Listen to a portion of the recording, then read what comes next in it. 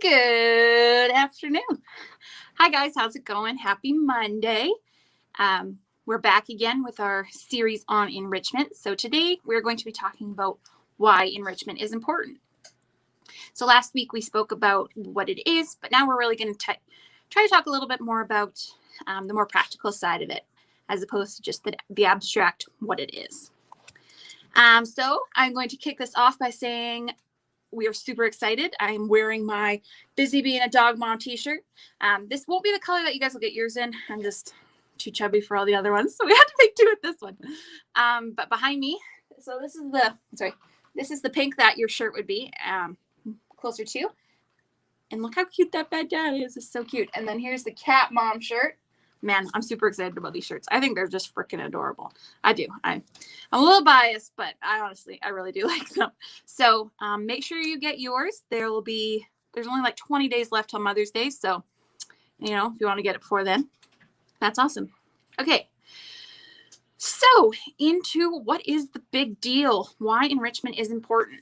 So again, I don't have a really super structured talk today, so I'm just going to kind of talk at you. Hopefully something sticks or makes sense.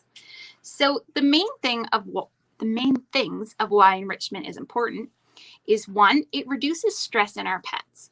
So I remember when I was doing my certification, they said, like, don't train your pet for a day before. So your dog, it was a dog training thing.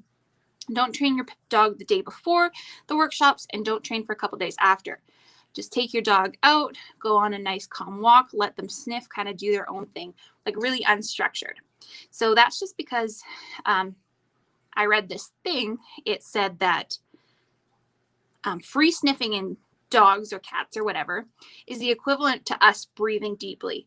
So it's just that kind of whole centering thing where they can kind of let out all those, I don't even know what the stress hormones are. Is that terrible?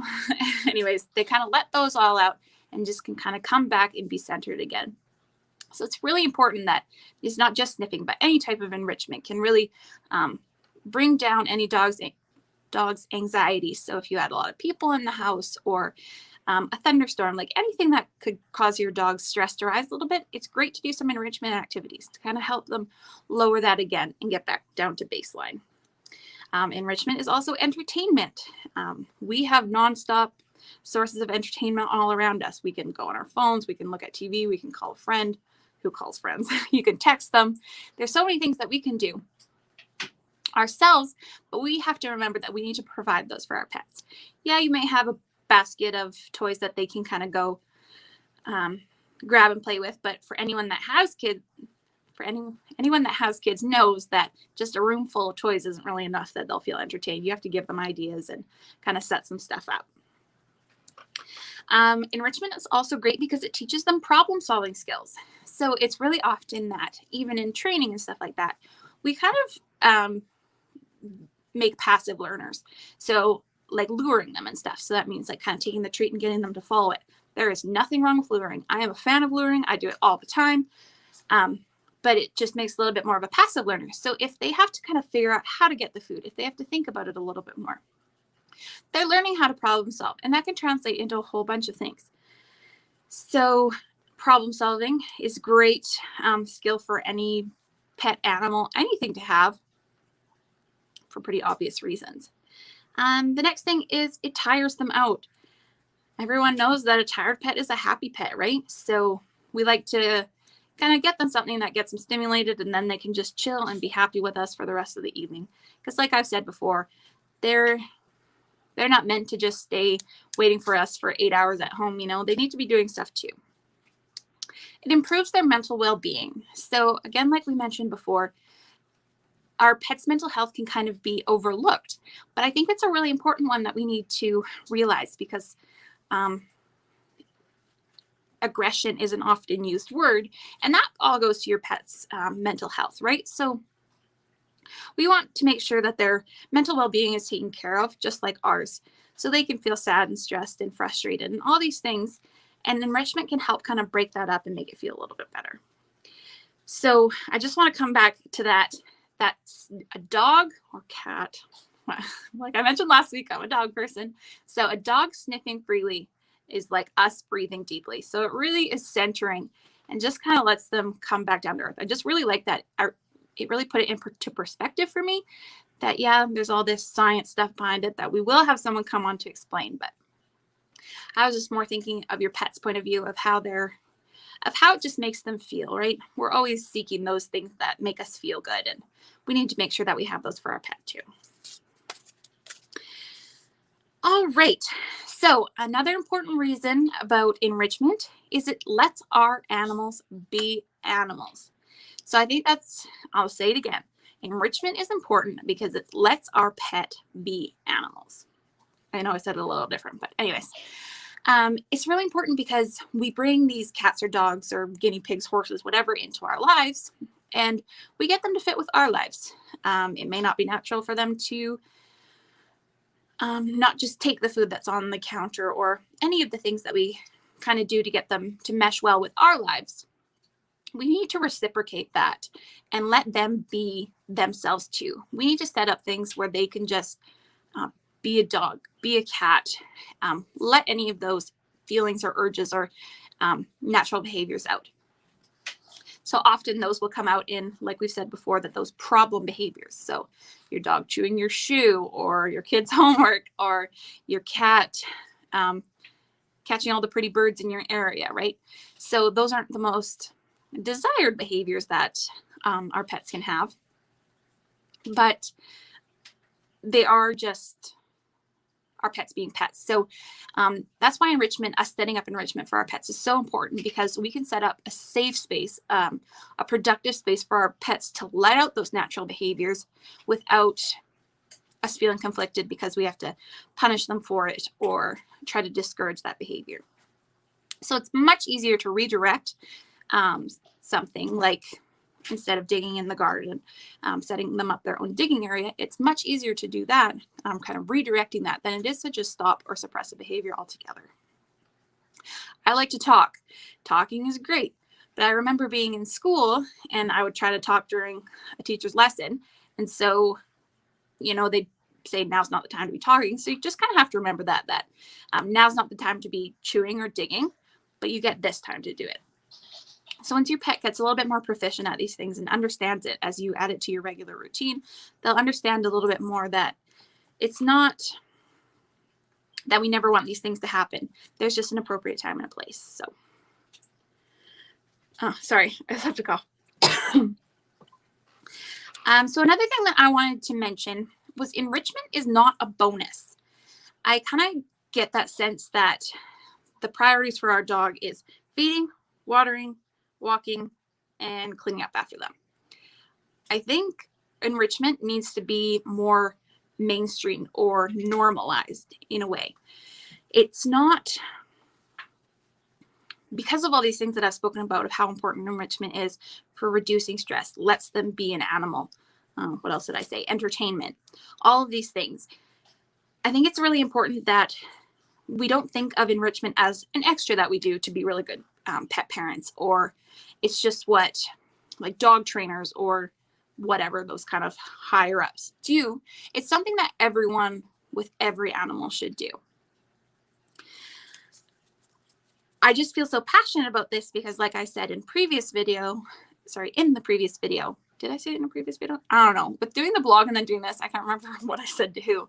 So I find a lot of times that people come to me as a trainer and they're like, I need to get my pet to stop chewing my curtains. And I ask them what they do with their pet on a regular basis. Oh, they get a 20-minute walk 3 times a week. Well, that's not quite enough. Your pet is finding their own entertainment. They haven't been given a job, so they're becoming self-employed. So chewing the curtains is now becoming their job. So when I come in to help these people, I don't talk about or work on anything directly to do with those curtains. What I do is I help educate those pet parents and give them different strategies and different things to do with that pet, so the pet doesn't feel like they need to chew the curtains or claw the curtains or any of those things, because they feel enriched and fulfilled in different ways, that it's no longer necessary for them to do that behavior. So I think oftentimes we think of pets as a little bit more complicated than what they actually are. Like, they chew our shoes because we're going to leave, or they my cat is planning to murder me because I moved their food bowl. Pets are honestly really simple. Like, they do things because they're rewarding. I don't know if that fits in with what we're talking about. So I remember I was house sitting for someone, and I was super excited because I started to do my course, and I'm like, oh, awesome. I can use this course and what I'm learning to figure out and like help these dogs that I'm working with, because they're doing some things that are driving me nuts. And what I really realized from the course was there's nothing I should really be doing. I just need to be doing more with these dogs myself. I was at work all day, and then I'd come home, and then they'd be jumping all over me when I just wanted to relax on the couch. Yeah, they were excited because I was working all day, but they weren't. They were just resting. So it was time for me to step up my game and do some things that are a little bit more exciting and important to them. So I just kind of want to reiterate that it's not a bonus. It's not an extra. It's something that needs to be part of every pet's life, because it's just another piece of having a happy and healthy pet. We take care of their coats by brushing it. We take care of their nails by clipping them. We need to take care of their brains by enriching them. So I'll just take a second. If anyone has any questions, please pop them in. I would love to hear from you guys. I realized I didn't.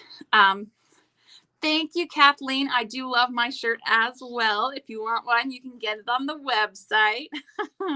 Upsell, upsell. No, I'm just kidding. Yeah, if anyone has any more questions, let me know. I'm just going to take a quick drink.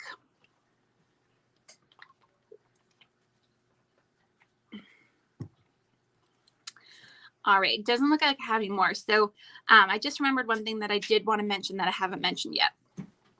Is enrichment doesn't just mean buying your pet these fancy toys. Enrichment means adding something to their life, adding value, adding meaning, adding excitement. So you can do that just by playing a game of fetch with your dog. You can do that just by going for a walk in a new location. You don't have to buy a $300 iFetch thing that your dog puts the ball into and then plays fetch by themselves.